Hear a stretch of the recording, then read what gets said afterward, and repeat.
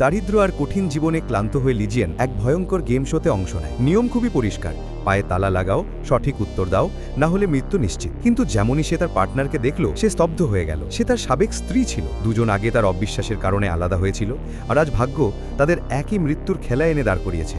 লিজিয়ান আশা করে যে সে দয়া করে সঠিক উত্তর বলে দেবে। সে সামান্য সন্দেহ নিয়ে নম্বর 3 চাপতে যায়, কিন্তু অন্যান্য বন্দীরা চিৎকার করে তাকে থামিয়ে দেয়। সে বিশ্বাসের দ্বিধায় পড়ে যায়। কাউন্টডাউন শুরু হয়, আর শেষ মুহূর্তে সে ঝুঁকি নেয়, আর চমৎকারভাবে উত্তর সঠিক বের হয়। সে জিতে যায় 50 লাখ টাকা এবং পৌঁছে যায় পরের রাউন্ড, গোল্ডেন মার্বেল চ্যালেঞ্জ। এখানে নিয়ম হলো 24 ক্যারেট সোনার মার্বেল বাধা পেরিয়ে লাল গর্তে পড়লেই 2 কোটি টাকা পুরস্কার। কিন্তু আয়োজক মাফিয়া বস আগেই মেশিনে চিটিং বসিয়ে রেখেছে। রিমোট ঘোরাতেই প্ল্যাটফর্মের দিক বদলে যায় এবং মার্বেল কখনোই লক্ষ্য পর্যন্ত পৌঁছতে পারে না। কিন্তু লিজিয়ান আগে থেকেই প্রস্তুত ছিল। সে বিল্ডিং এর ভেতরে 50 টন পানির ট্যাঙ্ক বসিয়ে রেখেছিল, যার কারণে পুরো বিল্ডিং হালকা 0.2 ডিগ্রি হেলে যায় এবং মেশিনের সমস্ত চিটিং নিজে থেকেই ব্যর্থ হয়ে যায়। মার্বেল সোজা লক্ষ্যের দিকে এগোচ্ছিল। ঠিক তখনই হঠাৎ জোরালো হাওয়ার চাপ মার্বেলের পথ পরিবর্তন করে দেয়। এত নোংরা কৌশল দেখে দর্শকরা রেগে যায়। স্টাফরা লিজিয়ানকে টেনে বের করে দিতে যাচ্ছিল। ঠিক তখনই তার সাবেক স্ত্রী ফিরে আসে। সে গোল্ড কার্ড ছুঁড়ে বলে, আবার বাজি ধরো। টাকা পেতে লিজিয়ান সব টাকা একসাথে বাজিতে লাগিয়ে দেয়। সোনার মার্বেলগুলো এত দ্রুত পড়তে থাকে যে মেশিন ওভারলোড হয়ে নষ্ট হয়ে যায়।